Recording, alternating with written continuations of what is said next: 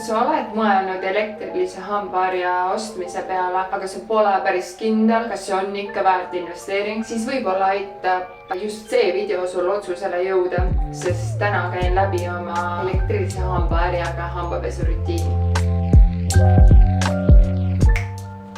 Nüüd olen hambad ära niiditanud ja aeg on alustada hambapesuga. Mina kasutan Oakley'i elektrilist hambaharja. Tähtis asi, mida jälgida. Ära harja liiga tugevasti. Mina jagan suu mõtteliselt neljaks. Kõigepealt ülevalt vasakult, mõlemalt poolt ja siis alt seesama asi. Ja igas piirkonnas keskendun eraldi 2-3 hambale korraga. Igale veerandile annan umbes 30 sekundit ja paljudel harjadel on ka 30 sekundi märguanne, mis on päris kasulik. Mina kasutan Oralactin pastat sellepärast, et see sisaldab lisaks vedelale emailile ka pre- ja postbiootikume.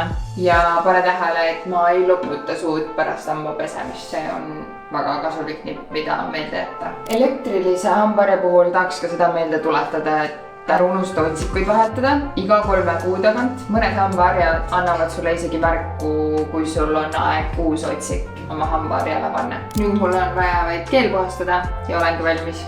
Tšau!